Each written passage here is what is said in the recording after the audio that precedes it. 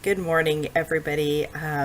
I just wanted to share with you another movie that I saw this weekend. Um, I think it was last weekend or a couple weekends ago. I did a Facebook Live on another movie. This one I want to talk to you about is I can only imagine, and it was a movie that I hadn't heard of. My mom actually asked if she could take my daughter to go see it this weekend, and she sent me a link, and I thought, well, I've never heard of this movie before. So I watched the preview and I thought, well, this would be kind of cool to go to. And so my husband and I were going to have a date night while my daughter was gone for the weekend. And that was one of the movies that we had considered watching. And then there was another Bruce Willis one. But anyways, I want to kind of give you just a quick background on what happened that day that we ended up watching. I can only imagine. I have been going through some, how do I say it? Just some things in my head where I am need to make a decision. I feel I need to make a decision. That's what's happening inside of me. In order to put more focus on an area of my life where I need to see more success, I need to reach my goals a little bit quicker, easier, and better. And I realized this weekend that maybe some areas of my life have been preventing me from doing that. And so that day I talked to my husband, and I just, I just talked out loud, and he listened, and I told him just different thoughts and where my head was in regarding of that, and my explanation of why I was thinking the way I was thinking and the reason why and all of this. And so it was, I don't know, about 3:45, 3:50, and he was like, "Hey, what time is the I Can Only Imagine?" I'm like, "Oh, okay, well, let's go to that one." And it was like within like 20 minutes. Well, the day before it was the opening. And so he's like, we better hurry. So we went there, and it was just packed. I mean, there was so many people there. So, anyways, I Can Only Imagine is about a band, well, specifically the lead singer of a band. The band is Mercy Me. I had never heard of them before. And the lead singer writes a song based on some things that have happened throughout his life. And it just kind of walks through that process. One of the actors, or there's a couple actors in there that are just did amazing jobs. Not only the lead actor of the lead singer, sorry, my nose is running, but Dennis Quaid is in there. He's the father. And then Trace Adkins is in there. I love Trace Adkins. Anyways, and he's really funny in that. So there's a lot of laughable parts and things. I'd heard the rumor that it was very emotional, and I thought, I'll deal with that. I hear it's really good. And I love true stories. I love those. So the lead singer, he went through a lot of problems in his childhood. His mom left him and his dad, for a good reason though.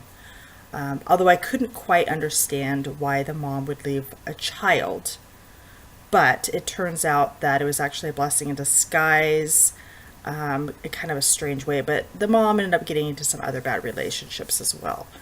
So it was just the dad raising the son, and it was a very, very bad relationship. There was just a lot of horrible things that happened under that roof. So the boy thought he knew that he needed to go into football because his dad was a football player. So he was, he did that, but he got hurt and couldn't play anymore. So he turned to music, and music is something that he had always turned to in times of stress. And so I guess he needed to join some kind of a club at school. And so the only one left was the glee club or the choir. And so he's like, yeah, okay, I'm not going to do this. But the choir teacher pushed him and put him in a lead in a play. And he did fabulous. Because of his relationship with his dad, he didn't share a whole lot of it. And then something tragic happened with his father, but the son didn't know about it because he was so far away from his dad. as I'm watching this, I'm making connections, making connections of things that happen in my life. And I don't mean like exact connections, but just connections in life where things have gotten me down, things have tried to stop me, roadblocks that have gotten in my way. This kid, he kept going. It didn't matter that these horrible things were happening, and he had to work through them. And I'm sure there was tons of stress, right? I mean, as a teacher, I can't even imagine how he was. I mean, did he act out in the classroom, like how he was to get at stress reliever? But it sounded like more he just turned to music. He just listened to music. He put his headphones on. He was, it helped him. So he got lost in it. So when he got older, he joined a band, and they traveled, and they did what they could. And they wanted to, of course, become famous like every other band. He had written to a manager who Trace Adkins was playing, and he pushed him and was giving him some advice, and then they got this big opportunity, or so they thought. They were turned down. So again, I'm connecting this with life, thinking you have a goal, and you get your momentum, and you're going and you're going and you're going, and then again a roadblock. Something happens. Even though now you've now gotten out of your comfort zone again, you've got another roadblock. And he wanted to quit, just like any of us would, but he decided not to, and he kept going. Of course, there's going to be a very happy ending, because I know a lot of you have probably heard of that song, I Can Only Imagine. But I connected it to life in general with everybody. If you have a goal, you can't let those things stop you. Another thing that happened, it was very interesting, because towards the end, at the end of the movie, they kind of update you as to how how the band is done, how they got to, make this #1 hit and all this stuff. And there was a lot of coincidental things that happened. My husband is a firm believer in there's no such thing as coincidences. Things happen for a reason. And it was kind of freaked me out a little bit when I read one of the things I thought was a coincidence, but it really wasn't. And so I kind of started thinking about life and my personal goals, and that conversation I had with my husband as to what I was going to do in order to bring my focus back where it needs to be, where I think it needs to be, in order for me to feel some more success. And I don't think it was a coincidence that we watched that movie over the Bruce Willis movie. I think there was a reason for that. There was a part in the movie where all of a sudden I just heard a pouring of rain coming down. And I didn't say this at the beginning of this video, but I had prayed in my head to God to ask him. I said, I need some direction. I'm not quite sure where to go. And I need some kind of, communication as to what pathway. I need some sign or something to help me to figure this out. And I think I got it yesterday.